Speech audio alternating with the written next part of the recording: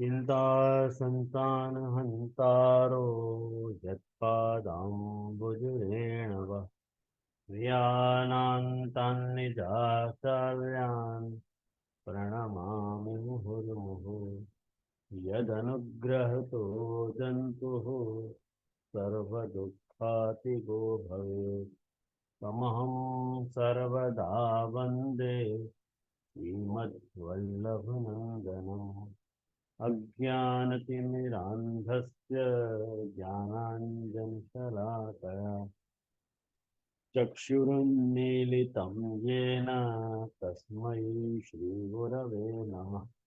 नमामि हृदये शेषे लीलाक्षीराब्धिशायनम् लक्ष्मीसहस्रलीलाभिः सेव्यमानं कलानिधिम् चतुर्भिश्च चतुर्भिश्च चतुर्भिश्च त्रिभिस्तथा षड्भिर्विराजतेयोऽसौ पञ्चधा हृदये मम। आचार्य वाच प्रणमामि भाष्य निबंध सुबोधन राष्ट्रयास्ता मत्स्वांतागत्य कृपा प्रकाशता मदीय वाचां विचयन् परावति।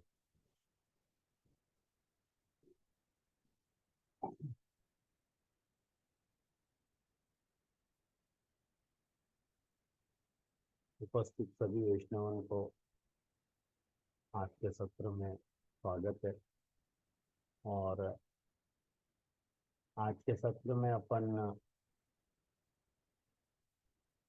जो विवेचना शेष रह गई है वेणु गीत के परिचय में, वह परिचय को ही आज अपन और देखेंगे। जैसे मैंने पिछली बार आपको ये बात बताई थी कि अध्याय को अर्थ बताया, तो देखो एक बात मैं आपको कहूँ, स्पष्ट करूँ कि आपको ऐसा लगता होगा कि ये सब रामायण क्यों बता रहे हैं, ये सब अध्याय की और स्कंद की और प्रकरण की रामायण बताई की तरह सीधे सीधे वेणुगीत शुरू क्यों नहीं हो रहे हैं। तो अपने यहाँ महाप्रभु जी की ये प्रणाली है कि भागवत के महाप्रभु जी ने 7 अर्थ प्रकट किए। शास्त्रे स्कंधे प्रकरणे अध्याय वाक्य पदे अक्षरे। तो कितनी बार मैंने आपको ये बात बताई है कि भागवत के 7 अर्थन में से आवाज स्लो आ रही है। ओहो, तो निकालना पड़ेगा ऐसा लग रहा।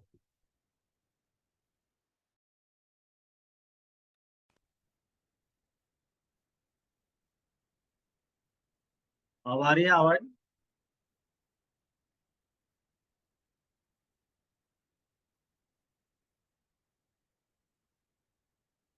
होगा।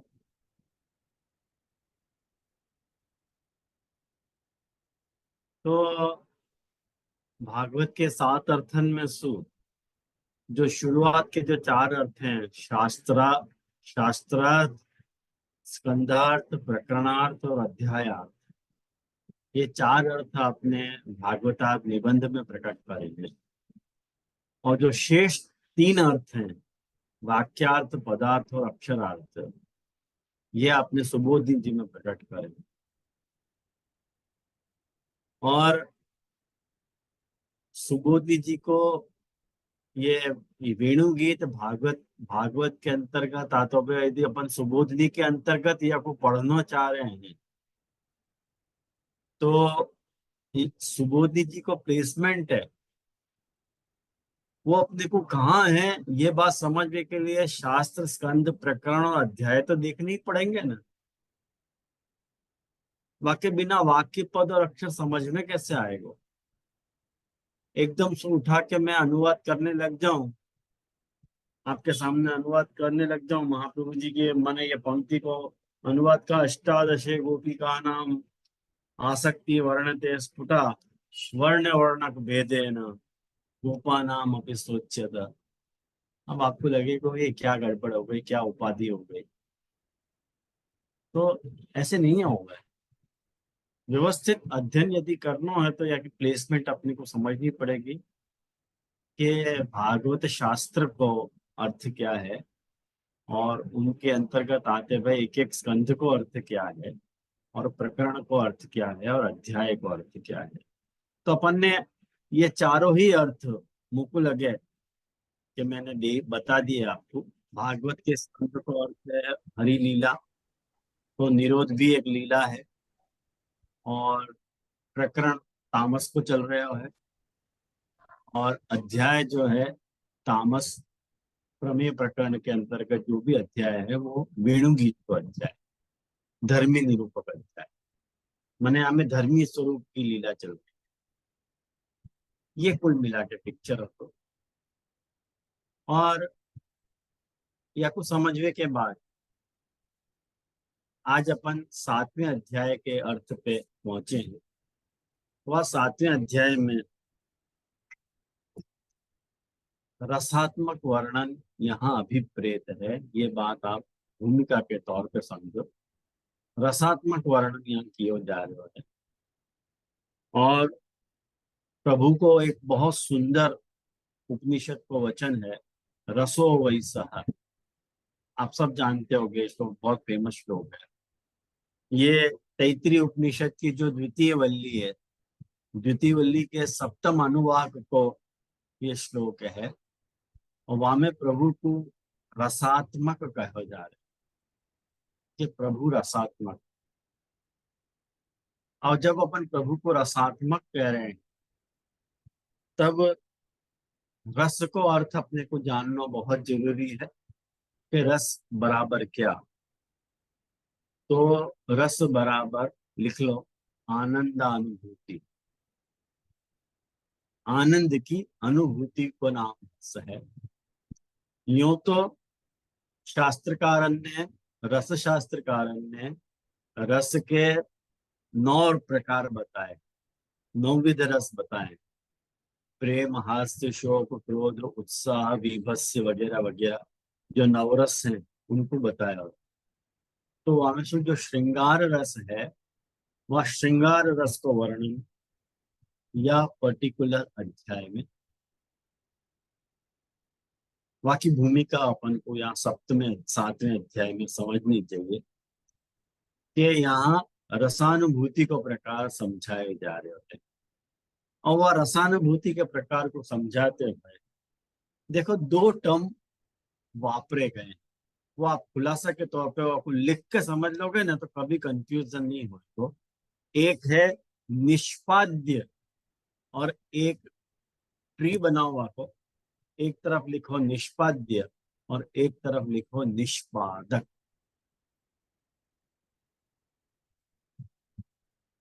निष्पाद्य और निष्पादक। निष्पाद्य मतलब एज ए रिजल्ट, शॉर्ट में लिखो रसानुभूति।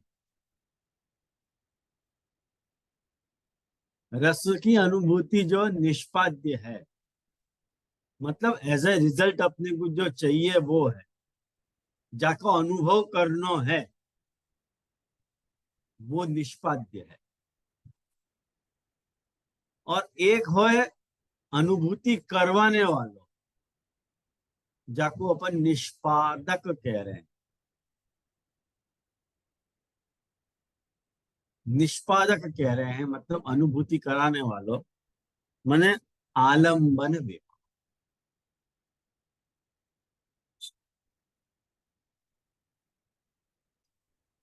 आलम्बन विभाव। अब बहुत, ये तो बहुत सरल टर्म है, फिर भी जो लोग नए जुड़ रहे हैं या विशेष उनको एक बार मैं संक्षेप में समझाना चाहूंगा कि देखो कोई भी रस को प्रकार हो वहां में 2 पार्टी हो, मतलब 2 पार्टी के बीच में रस हो। अकेलो आदमी तो रममाण नहीं हो सके, वह रममाण होने के लिए 102 की अपेक्षा है। तो जैसे अपन एक उदाहरण लें, माँ और बेटा को, और रस वात्सल्य रस है मान लो, वात्सल्य रस की यदि बात करें तो दो पार्टी है जिनके बीच में यह वात्सल्य रस को प्रकट होना है। तो आलंबन विभाव जो है वो दोनों एक दूसरे के लिए आलंबन विभाव बने। माने रस को आलंबन कहाँ है, वो रस को कहाँ से मिलने वालो है, कहा कौन वह रस को निष्पादक है, वह अर्थ में अपन वाको आलंबन विभाव कह रहे हैं। माँ के लिए बेटा में वात्सल्य रस को आलंबन है और बेटा के लिए माँ में वह वात्सल्य रस को आलंबन है। तो दो आलंबन विभाव दोनों ही भय, माँ के लिए बेटा भय और बेटा के लिए माँ भय। आ रही है बात समझ में? कठिन है? मुख्य रस कौन सा है? स्थाई भाव जाको है, वो है वात्सल्य रस। हमें आलंबन विभाव कौन भयो? दोनों। अब एक हो गए उद्दीपन विभाव। उद्दीपन विभाव काय को क्या में? उद्दीपन विभाव वाको क्या में कि जा विभाव के कारण, जा विशिष्ट प्रकार के भाव के कारण जो मूल रस है वो बूस्टअप हो गए, उद्दीप्त हो गए, वाको उद्दीपन विभाव क्या। जैसे या को अपन कैसे वात्सल्य रस के उदाहरण कोई पकड़ के चलो आगे। जैसे यूं कहें कि बच्चे की जो किलकारी है, बाकी जो तोतली बोली है, वो माँ के लिए उद्दीपन विभाव। जैसे वो माँ बच्चा की तोतली बोली सुने तो वाको रस और बूस्टअप हो गया वात्सल्य रस। और बच्चा के लिए माँ की जो बोली है, बेटा मुन्ना जो भी नाम से पुकारती हो माँ बच्चा को, वह नाम को यदि बच्चा सुने तो बच्चा को वह वात्सल्य रस उद्दीप्त हो गए, बढ़े। अब ये अलग बात है कि कोई मातृ प्रेमी हो कोई पितृ प्रेमी हो बच्चा, ये अलग वेराइटी हो, या को मिक्सअप मत कर लीजिए। चाहे माता हो या पिता हो, वात्सल्य रस दोनों में कॉमन है। तो एक आलंबन विभाव हो गए है और एक उद्दीपन विभाव हो गए है। उद्दीपन विभाव वाको क्या में कि जा विभाव के कारण वो जो मुख्य रस है वो बूस्टअप हो गए, उद्दीप्त हो गए, बढ़े, तो कुछ सहायता मिले बढ़ने के लिए। सुन, एक होवे अनुभव, तीसरो कौन सा होवे? अनुभव। अनुभव क्या होवे है, ध्यान से समझो। अनुभव जो है ना, वो अनुभव जो है जाको अपन बॉडी लैंग्वेज के हम,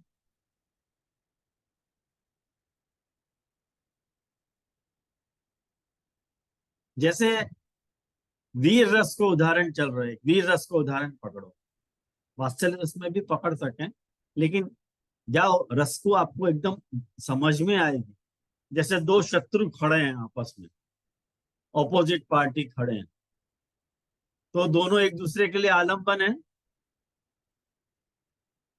अब उद्दीपन विभाव क्या होएगा कि दोनों एक दूसरे को गाली बोल रहे हैं, वो वीर रस को और बढ़ाएंगे, है ना, उद्दीपन विभाव है। और आंखन को लाल लाल हो जानो, बाहों को फड़कनो, ये सब क्या है? अनुभव। आंगिक चेष्टा जाको अपन कह में है, बॉडी लैंग्वेज तो आदमी कई वक्त क्या हो, कलाकार जो है एक्टिंग बोले कुछ नहीं, लेकिन वहां के हाव भाव सु वो क्या कहना चाह रहे हो है वो पता चल जाए। जैसे आंखन में भय वो दिखा सके आंखन को लाल लाल कर सके, तो आंखन को लाल लाल हो जानो वीर रस को उद्दीपक है, वो अनुभव है। ऐसे ही माता को बच्चा को प्रेम भरी दृष्टि से देखना, वो अनुभव है। अब मान लो आंखें आंखन में प्यार ही नहीं झलक तो बच्चा जाएगा कैसे नजदीक। अनुभव को बहुत बड़ो रोल है, ख्याल में आओ ना। बॉडी लैंग्वेज को बहुत बड़ा रोल है। बॉडी लैंग्वेज के अभाव में संबंध टूटने की कगार पे चले जाए। इतना बड़ा, इतना भारी रोल है अनुभव। मान लो पति पत्नी आपस में बैठे हैं, पत्नी कुछ कह रही है या पति कुछ कह रहा है, और पति जो है या पति पत्नी ध्यान ही नहीं दे रहे एक दूसरे की तरफ। वाने एक मोबाइल पकड़ लियो, वाने एक मोबाइल पकड़ लियो, तो अनुभव कहाँ प्रकट होएगा। आजकल तो मोबाइल फर्स्ट वाइफ है या फर्स्ट प्रेमिका है। कोई, मैं पतिवादी नहीं हूँ, पत्नीवादी भी हूँ। वो आ जाए तो फिर वाकई आगे तो कोई सूझे ही नहीं ना कछु अपने को। सुबह उठते ही अब सब जाके आवश्यकता प्रतीत हो है, वो मोबाइल ही तो है। तो अनुभव प्रकट, अनुभव का अर्थ है कि अपनी शारीरिक चेष्टा को प्रदर्शन, आंगिक चेष्टा को प्रदर्शन। जैसे अपन शर्माने की अदा को, यदि बोले कुछ नहीं, यदि शर्मा ले तो पता चल जाए कि वो शर्मा रही, बोलना नहीं है। तो अनुभव को बहुत बड़ा रोल है। चौथो एक और रस को पार्ट हो है, जाको अपन संचारी भाव कहते। संचारी भाव का अर्थ क्या है कि जो रस चल रहे हो मुख्य रस, वह मुख्य रस में बाकी के जो 8 रस हैं, उनमें से जो रस वह रस को सपोर्टिव होवे, वह रस को आके चलो जाना, वह को संचरित कहना, संचारी भाव कहना। उदाहरण के तौर पे मान लो माँ और बच्चा को, वात्सल्य रस को उदाहरण पकड़ के चलो कि माँ और बच्चा आपस में लाड़ प्यार कर रहे हैं। बच्चा माँ को माँ बच्चा को खिला रही है, माँ खिला रहा है। बच्चा ने कोई बात पे जिद शुरू करी और माँ की बात वो सुन नहीं रहे हो, तो माँ क्या करे, एक गुस्सा में एक जोर से थप्पड़ लगा दे। वो वात्सल्य रस है कि वीर रस है? वीर रस ही है ना, लेकिन वो स्थायी नहीं है, स्थायी नहीं है। मान लो इतनी जोर से मार दे माथा में कि वो बेहोशी हो जाए, तो फिर वो वात्सल्य रस न रह करके करुण रस हो जाएंगे। ख्याल में आई ना मेरी बात। संचारी भाव का को क्या है कि वो भाव संचरित होता है, वो आवे और चला जाए, वो रस को और बूस्टअप करके पाछो चला जाए, वो स्थिर नहीं रहे। अगर वो स्थिर हो गयो तो फिर मेन वो रस हो जाएगा। मान लो इतनी जोर से मार दियो कि वो मरी गया बच्चा, तो फिर वो करुण रस हो जाएगा। ख्याल में आई ना। तो कुछ भाव ऐसे हैं जो वहां रस के सपोर्टिव हैं, और कुछ भाव ऐसे हैं जो सपोर्टिव नहीं है। बाकी बहुत लंबी विवेचना है, मैं वहां विवेचना में अभी पढ़ना नहीं चाह रहा हूँ, लेकिन इन 4 विभावन को परिचय आपको देना चाह रही हूँ कि आलंबन, उद्दीपन, अनुभव और संचारी, ये 4 भाव अपन ने देखे। तो निष्पाद्य जो है वो रसानुभूति है, जो मुख्य रस है वो विभाव, अनुभव और संचारी भावन के द्वारा पुष्ट हुए है, हृदय में स्थायी बन के रहे। ख्याल में आयो। अब देखो 5वें श्लोक में वेणु गीत के ठाकुर जी को वर्णन आ रहा है कि वरहा पीडम नटवर भवतु।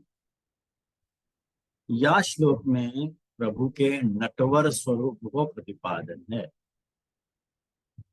तो प्रभु दो तरह सु आलम्बन विभाव बने। ध्यान से सके, बहुत टीडियस विषय है, मैं आपको सरल करने का प्रयास कर रहा हूँ।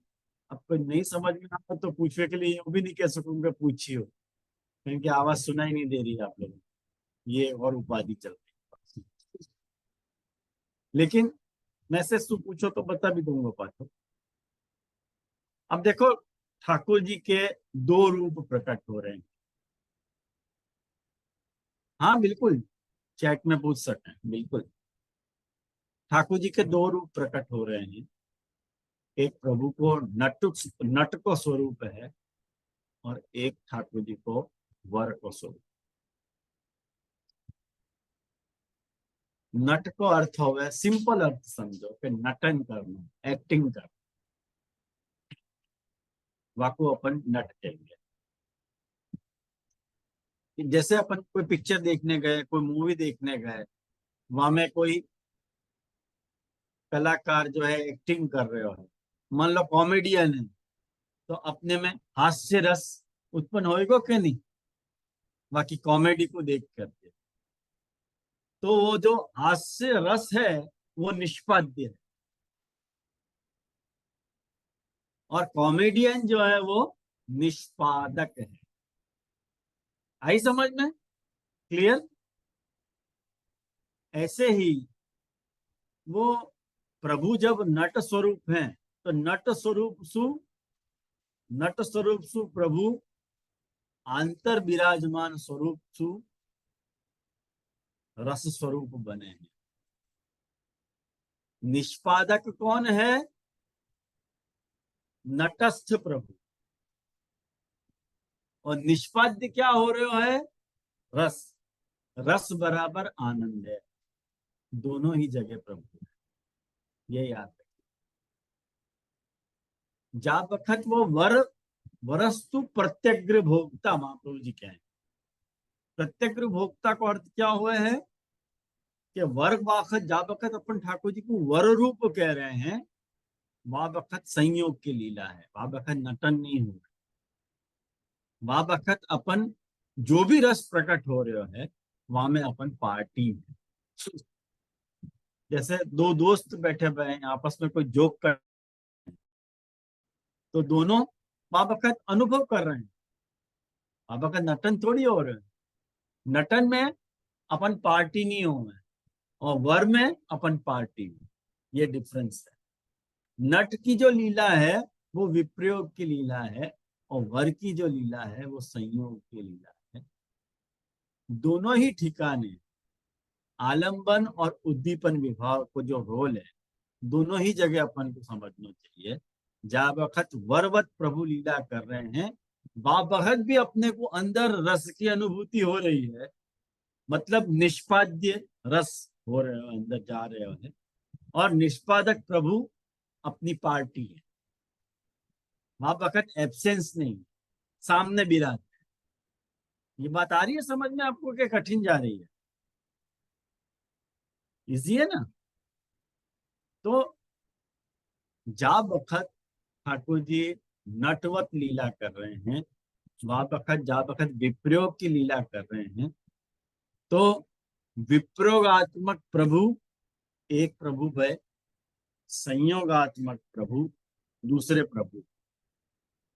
और रस अपन कब कह रहे हैं प्रभु को?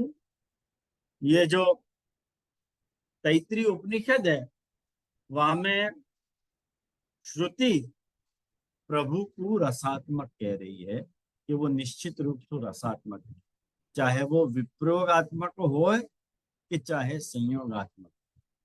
जब अपन रस बराबर आनंद कह रहे हैं, ये आप देखो, ये आनंद की जो है ब्रह्म तैतृय उपनिषद की जो तृतीय वल्ली है, वह को जो षष्ठम अनुवाक है, तृतीय वल्ली के षष्ठम अनुवाक में ये बात कह रहे हैं, आनंदो ब्रह्मेति व्यजानात, माने आनंद ही ब्रह्म है, आनंदाध्येव खलु विमानी भूतानि जायन्ति, मतलब आनंद सु ही ये समस्त प्राणी उत्पन्न हुए हैं, आनंद में स्थित हुए हैं, आनंद की तरफ प्रयाण करे हैं और आनंद में ही लीन हो जाए हैं। तो प्रभु आनंदात्मक हैं। तो यदि केवल संयोगात्मक स्वरूप को ही आनंद मानेंगे, विप्रयोग को आनंद नहीं मानेंगे तो तकलीफ होगी, और विप्रयोग को ही आनंद मानेंगे, संयोग को आनंद नहीं मानेंगे तो भी तकलीफ होगी। दोनों ही परिस्थिति में प्रभु को रसात्मक मानना पड़ेगा। अब वेणुवादन रत भगवान है, और वेणुवादन ठाकुर जी ने जा प्रक्रिया सुखियो, क्या प्रक्रिया सु ठाकुर जी ने वेणु को वादन कियो, वो लौकिक प्रक्रिया सु संभव नहीं है। एक बात ये समझ, लौकिक प्रक्रिया सु क्यों नहीं संभव है? याली संभव नहीं है कि ठाकुर जी ने वेणु वादन वन में कियो और ब्रज गोपिकां को ब्रज में वो वेणु वादन सुनाई दी। तो ये लौकिक प्रक्रिया से थोड़ी संभव हो सके। कहना हम जैसे कि आज के दृष्टांत में अपन को पढ़ना हो, समझना हो, तो अपन कोई को मोबाइल फोन फोन करें तो जाकू फोन करें वही को तो सुनाई देगा ना, हर एक को थोड़ी सुनाई दे सके। यूं वाट है। अब आज की प्रक्रिया में वो लौकिक प्रक्रिया हो गई, लेकिन वो लौकिक प्रक्रिया है, ये आनंदानुभूति की प्रक्रिया के कारण मैं को अलौकिक कह रहा हूँ, बाकी और कोई कारण। तो ये रस की बात है। अब मैं आपको संयोग आत्मा प्रभु और विप्रयोग आत्मा प्रभु को जो अंतर है वो अब समझाने जा रहा हूँ, वो आप लोग जरा ध्यान से समझो। टॉपिक है काम भाव और सर्वात्मक। टॉपिक क्या है? काम भाव और सर्वात्म भाव। काम भाव क्या है? अब ये हरिराय जी को पक्ष आपके सामने थोड़ा बताना चाह रहा हूँ कि हरिराय जी विप्रयोग को परम फल माने हैं और संयोग को परम फल नहीं माने हैं। वो क्यों माने हैं? ऐसी अपने यहाँ व्याख्या दी गई है कि काम भाव का अर्थ है प्रभु मेरे हैं, प्रभु मेरे हैं, या भाव को भेद घटित मानो जाए। और सर्वात्म भाव क्या है? मैं प्रभु को हूं,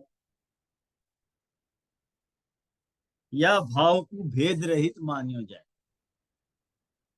हरिराय जी कहवे कि सर्वात्म भाव बराबर है, काम भाव नहीं होना चाहिए। एक बात समझो, जा बखत अपन ठाकुर जी को यूं कह रहे हैं कि प्रभु मेरे हैं, और जा बखत ठाकुर जी को अपन यूं कह रहे हैं कि मैं प्रभु को हूं, जो भी कहते हो तुम, भेद घटित बोलो या भेद रहित बोलो, ये दोनों ही भाव भेद घटित हैं। दोनों ही भाव भेद घटित है। क्यों? कारण क्या है याको? दोनों जगह संबंध विभक्ति है। कोई को प्रश्न तो क्या तो पढ़ो नहीं, मैं कोई ने प्रश्न किया? चलो,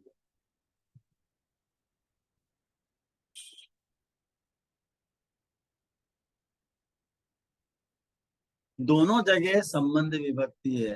भेद घटित क्या है ऐसे पूछो। भेद घटित ऐसे है उमंग कि जा बखत अपन यो करें कि प्रभु मेरे हैं, तो संबंध तो दो के बीच कल्प्य है कि नहीं? विप्रयोगात्मक प्रभु क्या माने? अभेद मान, अभेद घटक माने। यानी वो लोग क्या है कि प्रभु जब मेरे हैं तुम ऐसे बोल रहे हो, तो कोई ना कोई प्रकार से तुम द्वैत को घटन कर, यानी भेद घटित भाव है, या भाव को भेद घटित मान। लेकिन जा बखत तुम यूं कह रहे हो कि मैं प्रभु को हूं, वह बखत तुम भेद घटित नहीं मानते हो। ऐसे विप्रयोग विप्रयोगवादियन को पक्ष है। लेकिन मैं आप लोगों से ये सवाल कर रहा हूं, ये दोनों बात वन एंड द सेम है। क्यों सेम है? कारण कि दोनों ही भाव भेद घटित हैं। कैसे हैं? तो आपको कारण सुनो कि यहाँ संबंध विभक्ति है। जब अपन यूं कह रहे हैं कि प्रभु मेरे हैं, तो संबंध विभक्ति है क्या नहीं? और जब अगर तुम यूं कह रहे हो कि मैं प्रभु को हूं, वहां पर संबंध नहीं है का? वहां पर भी तो संबंध है। तो वाह भाव को भेद रहित क्यों मान रहे हो भाई? पहले ये बात ठीक नहीं है। सर्वत्र जो है संबंध जो है वो दो के बीच कल्प्य है। एक को संबंध तो अप्रसिद्ध है, एक को तो संबंध नहीं हो है। या सो दोनों की अनुभूतियों को लेके पृथककरण करना संभव नहीं है। दोनों को अनुभूतियों को सामने रखो और फिर पृथककरण कर रहे हो कि नहीं ये सर्वात्म भाव है और ये काम भाव है, समझ में नहीं आएगी बात। हाँ, इतना जरूर अपन कह सकते हैं कि जब वक्त ये कहो जा रहे हो है कि प्रभु मेरे हैं, तो वह वक्त भगवान भक्त के अधीन है। और जब वक्त यूं कहो जा रहे हो कि मैं प्रभु को हूं, वह वक्त भक्त भगवान के अधीन। कितनों भेद होता है। बाकी संबंध तो रहेगा। संबंध तो दोनों जगह है, वो कोई भेद घटित नहीं है।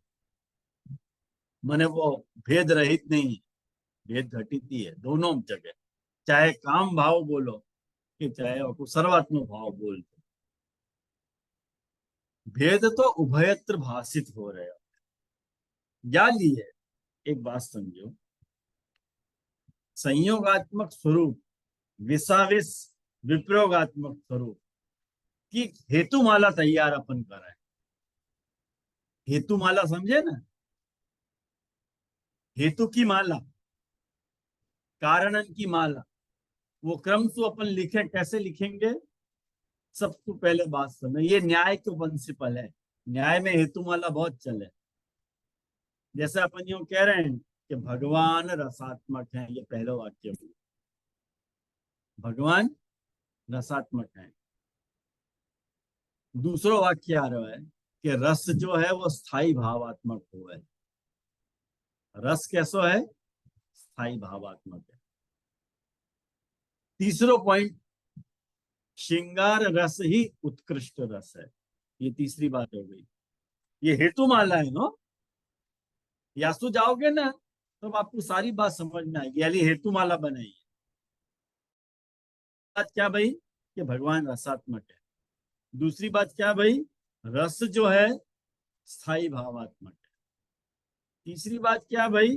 कि श्रृंगार रस ही उत्कृष्ट रस है। चौथी बात, श्रृंगार रस जो है वो विदलात्मक है। रसो वैसह रसस्तु द्विविध। श्रुति कह रही है, अपन तो कह नहीं रहे। रस, श्रृंगार रस द्विदलात्मक है। द्विदलात्मक मतलब संयोगात्मक और विप्रोगात्मक। अब यदि प्रभु रसात्मक हैं, तुम कह रहे हो रसो वही सह, वो रसात्मक है, तो वाको अर्थ ये भयो कि प्रभु रसात्मक होने के कारण प्रभु भी द्विदलात्मक हैं। सिद्ध हो गया कि नहीं? सिद्ध हो। छठो पॉइंट, छठो पॉइंट में क्या आएगा कि विप्रयोगात्मक स्वरूप सर्वात्म भावात्मक और आंतर। छठे पॉइंट में सर्व विप्रयोगात्मक स्वरूप कैसा होवे? सर्वात्म भावात्मक होवे। कारण कि वो रस को मुख्य माने हैं, माने निष्पाद्य को मुख्य माने हैं, निष्पादक को मुख्य नहीं माने। अब मैं यह टर्म में बात करूं तो चलेगा ना? ये डिफिकल्ट हो रहा है।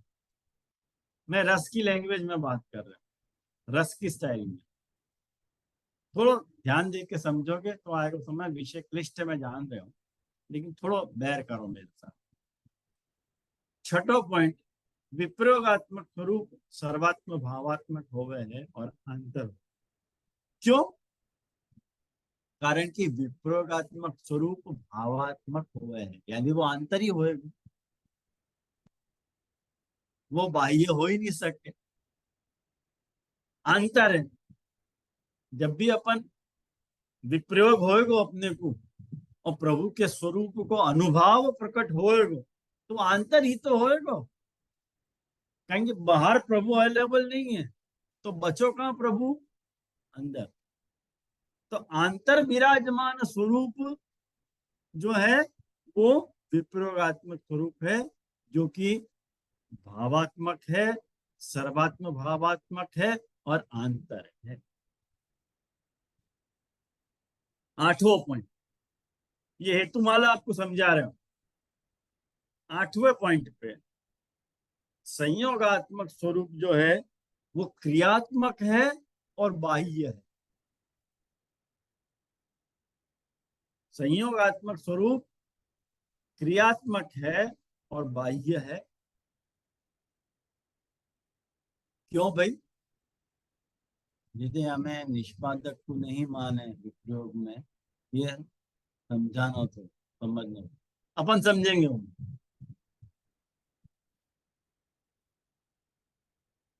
संयोगात्मक स्वरूप क्रियात्मक और बाह्य है। नौवां पॉइंट, क्योंकि काम भाव स्वयं भेद घटित हुए। सबसे पहली बात समझो, काम भाव भेद घटित हुए। जब वक्त भी तुमको काम भाव है, तो काम भाव तो कोई दो के बीच में मुझको या की कामना है, तो भेद घटित हो गया क्या नहीं? तो ये शब्द सो अभिप्रेत कोई सामने है,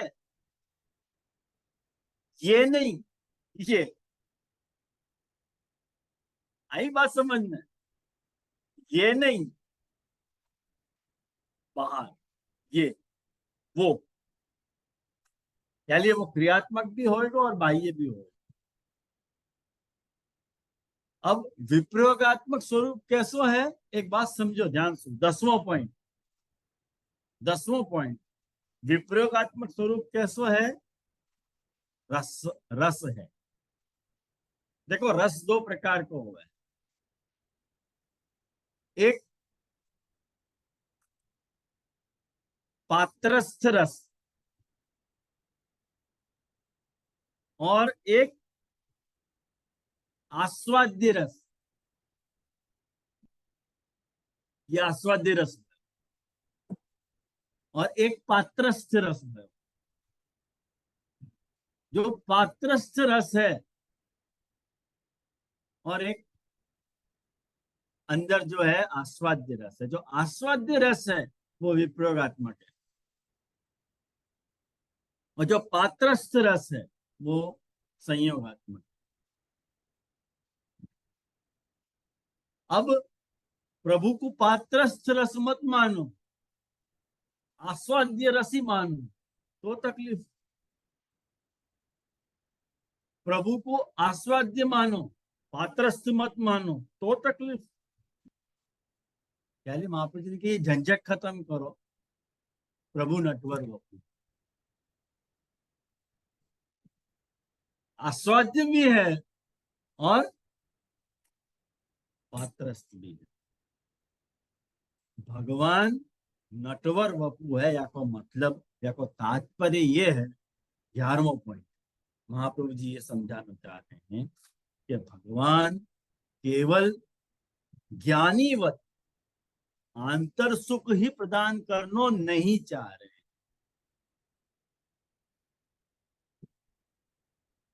अपितु बाहर प्रकट होके सर्वेंद्रिय के विषय होके आनंदानुभव प्रदान करना चाह रहे। प्रभु आस्वाद्य भी होना चाह रहे हैं और पात्रस्थ भी रहना चाह रहे हैं। ये प्रभु की चॉइस है। वहां में अपन प्रभु को कंपेल करें कि महाराज आप पात्रस्थ रहो, आस्वाद्य मत बनो। क्या आप आस्वाद्य ही रहो, पात्रस्थ मत बनो। क्योंकि पात्रस्थ रहोगे तो आपकी वैल्यू डाउन हो जाएगी। कौन ने कही? सब लोग को ऐसा लगे कहीं कि कितने लोग जो लोभी हो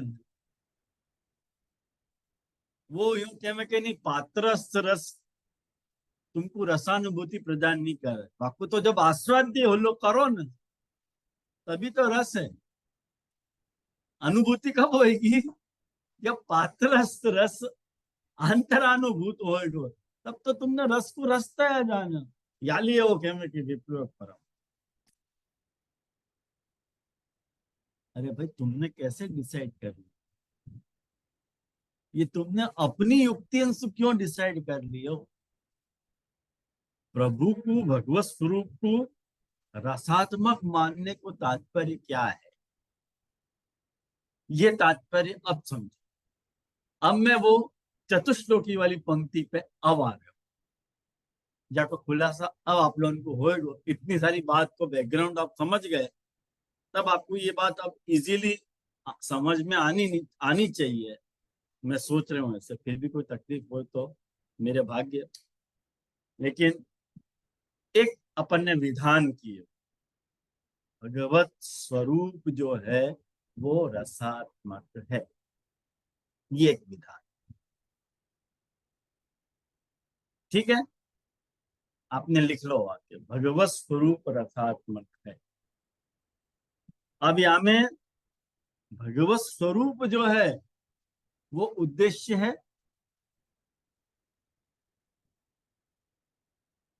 और रसात्मकता विधेय है। आई समझ में कि नहीं आई?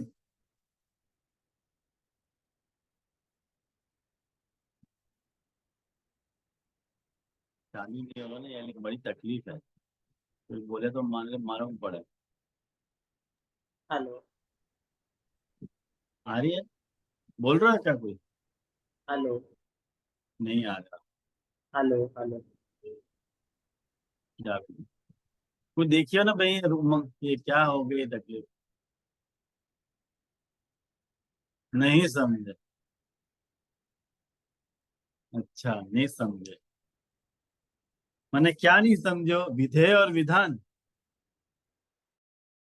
देखो एक बात ध्यान से समझो, विधान तो अर्थ है प्रेडिकेशन।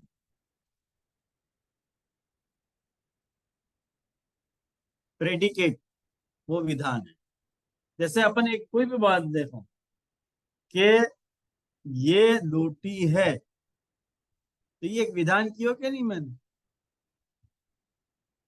ये जो है वो उद्देश्य है, और लोटी जो है वो मैं बताना चाह रहा हूं कि ये क्या है।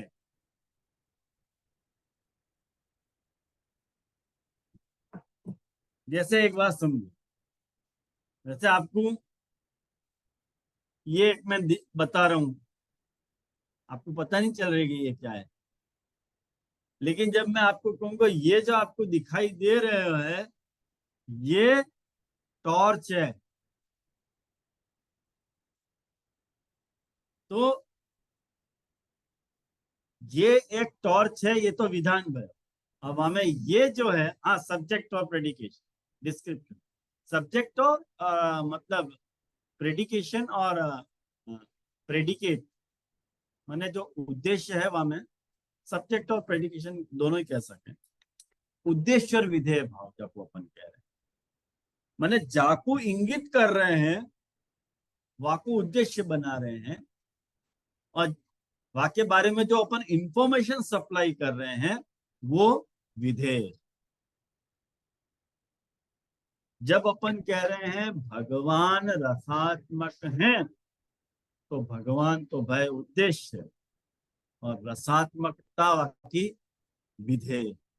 कोई को मालूम यदि नहीं है कि भगवान क्या है, तो अपन बता रहे हैं कि भगवान रसात्मक, और भगवान रसात्मक हैं, ये बराबर एक विधान। तो तीन चीज आ रही है, विधान, विधेय और उद्देश्य।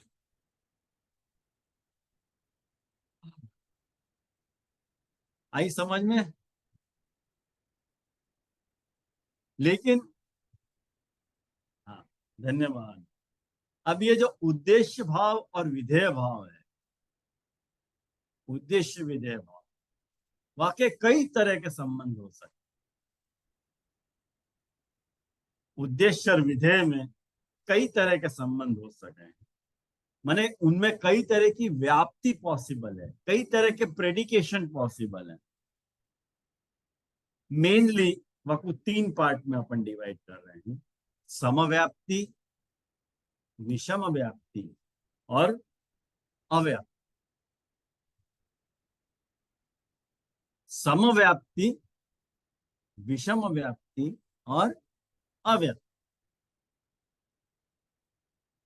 अब आज तो खाली इतना ही हो पाएगा कि अपन ये व्याप्ति को मैं आपको समझा दूं, बाकी या की बात अपन नेक्स्ट क्लास में ले लेंगे। अब आप देखो कि समव्याप्ति का अर्थ क्या है। ध्यान तो समझिए, ये विषय बहुत इंटरेस्टिंग भी है और थोड़ा टेक्निकल भी है।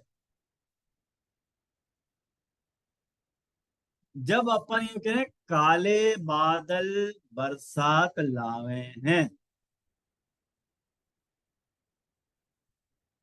क्या वाक्य मैंने बोलो, काले बादल बरसात लावे हैं, तो ये एक विधान किया मैंने।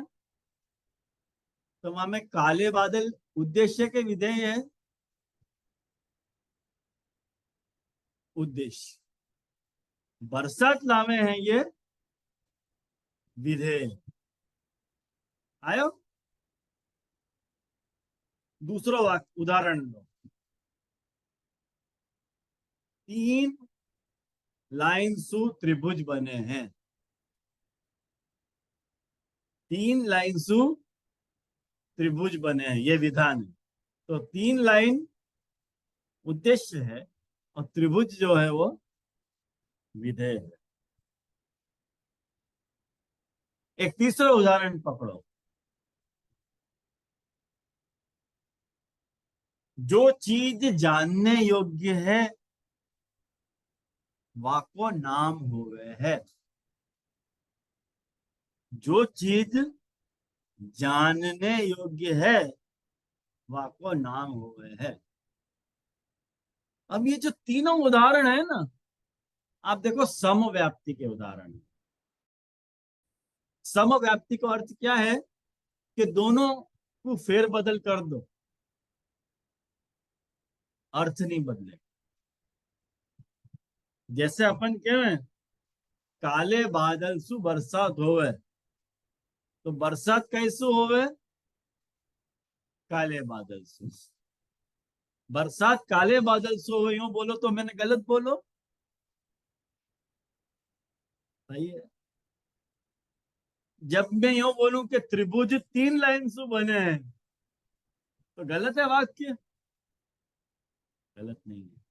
और मैं जब यूं बोलूं कि जाको नाम होवे है वो चीज जानी जा सके, है कि नहीं। ऐसी कोई चीज हो जाको आपको नाम नहीं मालूम है, वो आप जान सको। आप ऐसी कोई चीज को नाम बताओ जाको आप जानते नहीं हो, वो नाम बताओ, कैसे बताओगे, नहीं बता पाओगे, आपकी वाणी मौन हो जाएगी। तो ये देखो समव्याप्ति के उदाहरण है। जाको उद्देश्य को विधान किया जा रहा है, जाको उद्देश्य से विधेय को विधान किया जा रहा है, वो विधेय उद्देश्य बन सके है और वो उद्देश्य विधेय बन सके, या को अपन समव्याप्ति कह रहे हैं। ये लॉजिकल बात है। विषम व्याप्ति, विषम व्याप्ति में जैसे अपन यो कह रहे हैं पृथ्वी गोल है, पृथ्वी उद्देश्य है और गोल है ये विधेय है, और पृथ्वी गोल है ये एक विधान हो गया।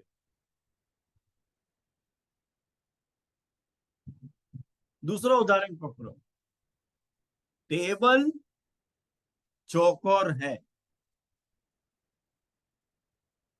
टेबल चौपाया है।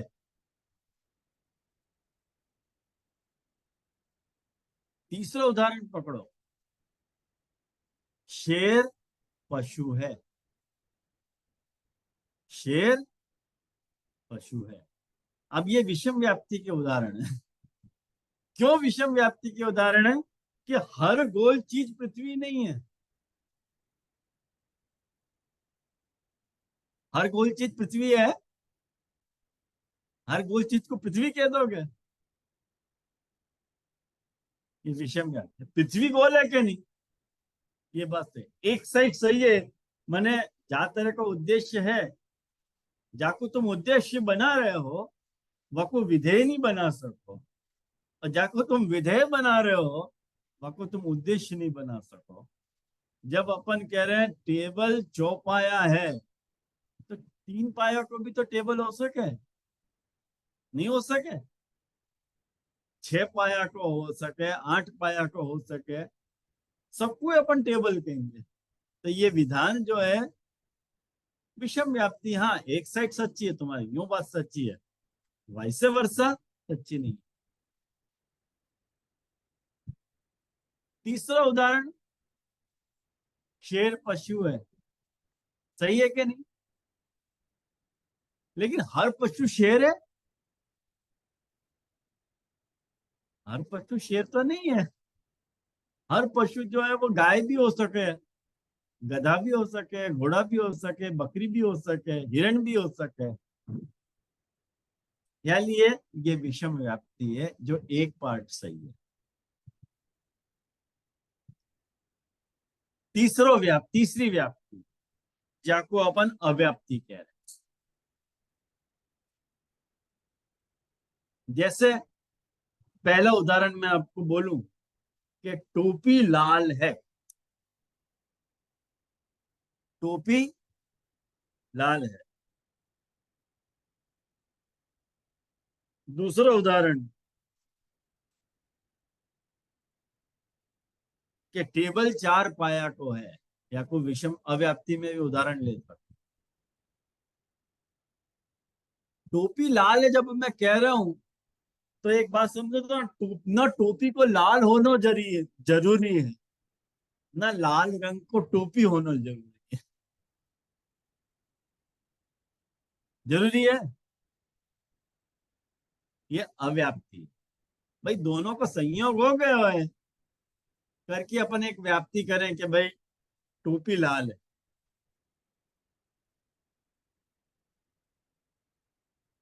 ये 3 तरह की व्याप्ति है। अब इन 3 तरह की व्याप्ति में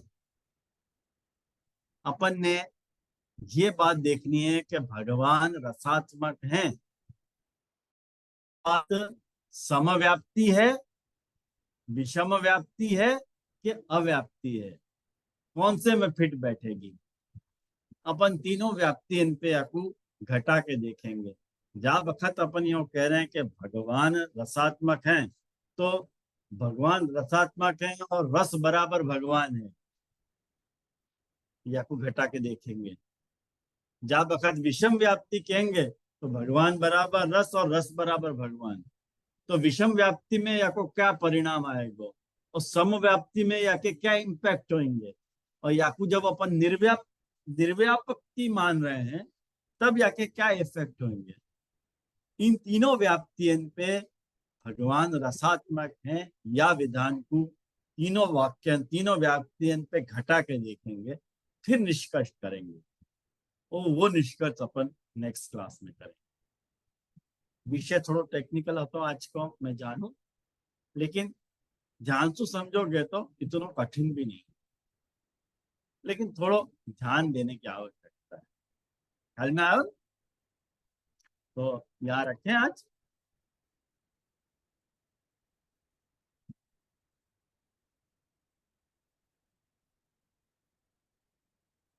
कोई को कैसे पूछना है?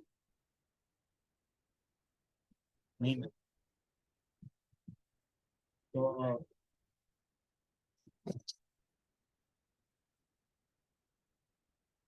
गुसैन जी का एक बधाई गाल है अपन। गुसैन जी की बधाई चल रही है।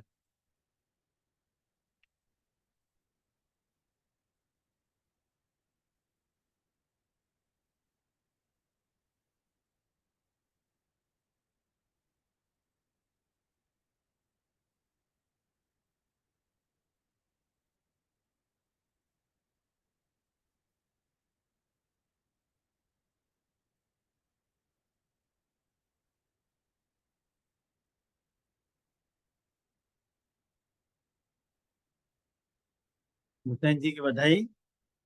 राग सारंग में अपन कर रहे हैं। जे वसुदेव किए पूरन तब, सो फल फलित ही वल्लभ दे। बहुत प्रसिद्ध है शीश स्वामी को अपने यहाँ ये पद। जय वसुदेव किए पूरन तब, सो फल फलित शिव दे। जय गोपाल हुते गोकुल में, सोई अब आन बसे निज गे। सो फल फलित वल्लभ दे। जे वे गोप वधू ही ब्रज में, सोम वेद रुचा भई जय। शीत स्वामी गिरधर श्री विठल, शीत स्वामी गिरधर श्री विठल, ते कछु न संदेह, सो फल फलित वल्लभ दे। जय वसुदेव किए पूरन तप, सो फल फलित वल्लभ दे। सबको गोसाई जी के उत्सव की अनेकानेक बधाई। और श्री गोसाई जी के उत्सव के दिन श्री गोसाई जी को कोई ऐसे को उपहार दो। अपन गोसाई जी को उपहार दे रहे हैं। ये वेणु गीत पे अपन सुबोधनी जी के साथ साथ श्री गोसाई जी की टिप्पणी जी भी पढ़ेंगे। तो ये अपन गोसाई जी को सेलिब्रेट करेंगे। और गोसाई जी ने अपनी टिप्पणी को नाम श्रीमती टिप्पणी रखा है। गोसाई जी की श्रीमती टिप्पणी का कहलाई जाए। और प्रकाश को अपन सुबोधनी जी के नाम से मैंने जो व्याख्यान है वह सुबोधनी जी के नाम से पूछा है। और सुबोधनी जी पे दो व्याख्यान और उपलब्ध हैं। एक तो वल्लभ जी लेखकार वाले, उनको भी सुबोधनी जी के ऊपर लेख है। और एक कारिकाएं जो निर्भय राम भट्ट निर्भय राम की कारिकाएं हैं, जो भी बहुत हेल्पफुल है, बहुत अच्छी कारिकाएं। लेकिन इतनी सब बात अपन ले नहीं पाएंगे। और एक चौथे भी हैं, प्रकाशकार भी हैं। पुरुषोत्तम जी ने भी एक पर लिखे है व्याख्यान। तो इतना सारा साहित्य, विपुल साहित्य अपनी सुबोधनी जी पे अवेलेबल है। वाकई अपन धनी है। लेकिन जो भी अपन वहाँ को स्वाध्याय कर पाए उतना अपन करेंगे। मिनिमम मैं वो सोच रहा हूँ कि सुबोधनी जी के साथ साथ श्री गुसैन जी की श्रीमती टिप्पणी जी को भी अपन देखेंगे। तो बाप बेटा की अपने में समझ आ गई, हो जाएगा अपना काम। वो वल्लभ रीच की जाए तो अगले बार अपन यार विषय को पूरा करेंगे। और वाकई बाद अपन वेणु गीत की कारिका को प्रारंभ करेंगे। तो मुझको ऐसा लगे कि मैंने वेणु गीत के साथ पूरा न्याय किया है। एकदम तो सहसा वेणु गीत की गाड़ी स्टार्ट नहीं करी है। और जो कि बहुत जरूरी है, एकदम से अपन गाड़ी स्टार्ट करें तो एक्सीडेंट को भी भय रहे अपने को। और मैं क्या कि शतरंज टाइप का खिलाड़ी हूँ कि हर सोच समझ के मैं चाल चलूँ तो अच्छा रहे। तो यहाँ रखूँ मैं।